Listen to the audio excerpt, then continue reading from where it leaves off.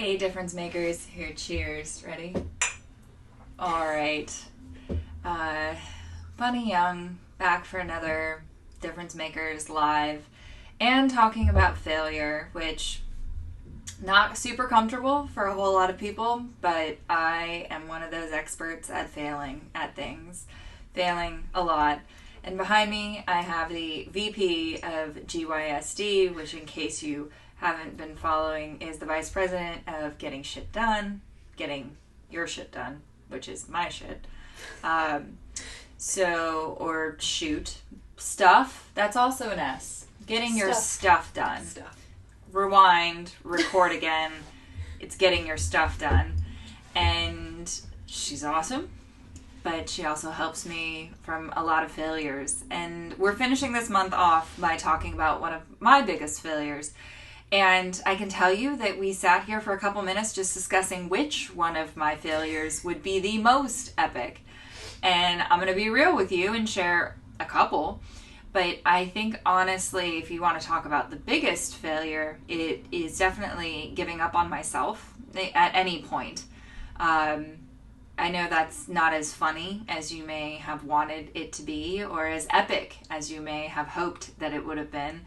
But I think giving up on myself and just feeling like I am a failure or feeling like I can't do it is the biggest failure. And I've had moments in my life where I've given up on myself and it's almost destroyed my marriage. I've had moments in my life where I've given up on myself and it's almost destroyed companies. And you can't do that no matter what happens and how badly you want to crawl into that cave and just eat Nutella with a spoon and not come out. It's okay to do for a little while, but don't give up on yourself because you're here for a reason, and that definitely is to save the world, especially if you're a difference maker. So that was like my top level being real, my biggest failure and realization there. I've had a couple other huge failures, but are you gonna share what your biggest failure is before we go into this? I definitely draw some parallels on giving up on myself, but I remember I don't know if it's really a failure, but it's definitely like a failure moment that, I was like, I don't know why I'm in college, I don't know what I'm doing, I felt like I was definitely pressured into it, and then I was like, I'm just, I'm going to give up. I'm going to run away. I'm going to join the Coast Guard. I don't know if I've ever told you the story. And so I'm sitting here thinking about it, and I'm like, Victoria, they don't want you because you have scoliosis, but, you can't really swim. So... Do you have to swim in the Coast Guard? I think if you're rescuing people, it probably helps. I'm Army, so... But, no, definitely in business as well. I mean, there was a time where I put Shout Out on the shelf for years because I didn't feel like I was doing enough for people. And I look at all of these other people that are in marketing and I'm like, wow, they are just light years ahead of me. So what am I offering? Yeah. And I had to come to that realization and take a few years and kind of rebuild and 2.0. Yeah, I'm glad you did.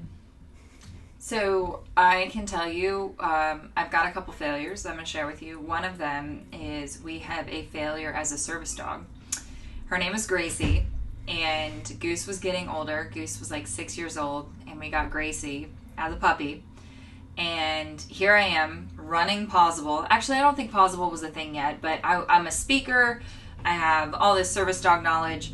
I am the service animal champion. And I have a service animal that is just not cutting it.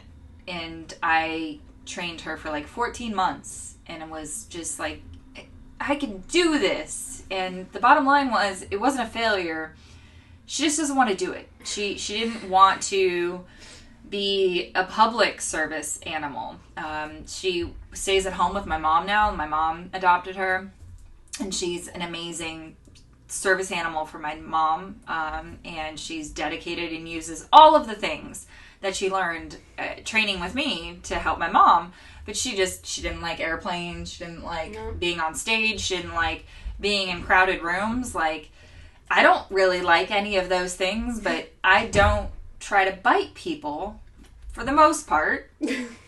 I caught myself. For the most part, I don't try to bite people when I'm in those kinds of settings. And it was really just a matter of me having to let go of wanting to succeed so badly that I ended up, pushing this amazing being into a zone that was not her zone of genius. So, and I can tell you, I did that with balance. Like, I wanted balance to be this thing so badly that I ignored all warning signs to the contrary of, putting myself in situations and in relationships and partnerships that, like, clearly were not within my core values. But then even that, which I'm not going to say that's my biggest failure, but it's probably up there, and it's most recent. Not most recent. I think my most recent failure was forgetting pants on Thursday. That's all right, though. Like, we don't need pants. But it's, as far as that failure, it's one that I've been very open about, that I have zero hard feelings over all of the things that transpired, because that failure led to a business that's now thriving, and it's serving people in a way that I could never have done. The woman who owns it, her decorating skills and her heart and her compassion and her ideas are just like off the charts. And so here's something that I feel like I failed at, but honestly, the best thing I could do to pull myself out of that failure was hand it to somebody that's so, like, well equipped to be able to do this. And so I definitely think that is. I think I was talking to somebody last night that there are times I feel like a complete and total failure as a parent, because there's no manual. As like a wife, because there's no manual, and I'm not sure how to make this person happy 100% of the time. And you know what the reality is, and like, you're about to get into this. I told you not to get married, but you're going to do this anyway. And I'm going to your wedding. So just don't have that part that says, does anybody object? Because I have a list. No object, and nobody's saying obey anything in the thing, because I don't like that word. But when you get into a relationship that's that level of commitment, like marriage, and you're trying to figure out how to make this other person happy, like, it's not your job to make that person happy. Yeah. We definitely went through that phase, and doing it across countries is it's hard, and you think that you're putting all of this effort in, and then you're like, no, but I'm doing this, but I'm making you happy, but it's like, I'm not listening to you, I'm not understanding, I'm not being receptive, and I'm really good at sweeping things under the rug. Yeah. So I'm gonna say biggest failure is for sure not taking care of yourself.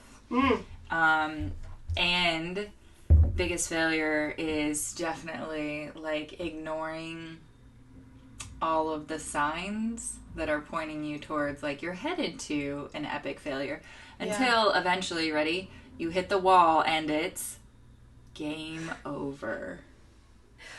You see how I led into that? That was good. Right? I liked that.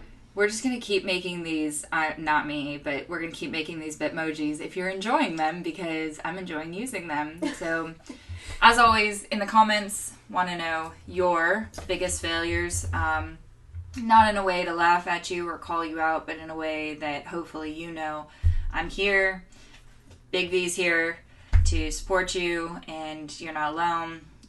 Your failures are lessons. It's okay to fail. I mean, I think that's one thing that gets swept under the rug all the time, is like, you have to be okay with failure in order to be successful. I mean, I've fallen on my face on a regular basis, both, literally and in many other aspects. But, you just have to pick up and move on, like the whole Planoly picture debacle. Yeah. Like, it's just like, yeah, it sucks to fail, but it's like, okay, I learned. Move on. If I didn't ever have a failure, like, I wouldn't... Well, first off, you wouldn't know social media. I wouldn't be a coach, like, if I didn't know how to fail. It's not like I stepped foot on a softball field and was, like, God's gift to softball. Kind of. But, like, No, I was like this giant gangly thing that had no coordination. I still have no coordination, but I had somebody there with more experience than I did, who probably failed more times than I did, to help me be a better player. And that's kind of what we do in business, is whether it's a coach, whether it is a VP of GYSD, you surround yourself with people that can help you and encourage you to get through the failures and get to the other side, and to make the world a better place. So coming up in March, we've got a bunch of videos on videos. So that'll be cool. It'll be like Googling Google. So if you're watching this live, look forward to that. If you're not watching this live, just make sure that you are going to Facebook, and it's ABP Difference Makers. It's a private little group for all of the difference makers that are here. Hey Starfish, hey Difference Makers. And also on Instagram, it's at A Better Place Consulting, or at Bunny Has 6 Legs. If you just want to follow me by myself and you're creepy like that, then I have no judgment, because I make a fool of myself all the time on Instagram and on LinkedIn. So thank you guys for being here. Thank you for making the world a better place. V, thank you as always for joining me. Thanks for having me.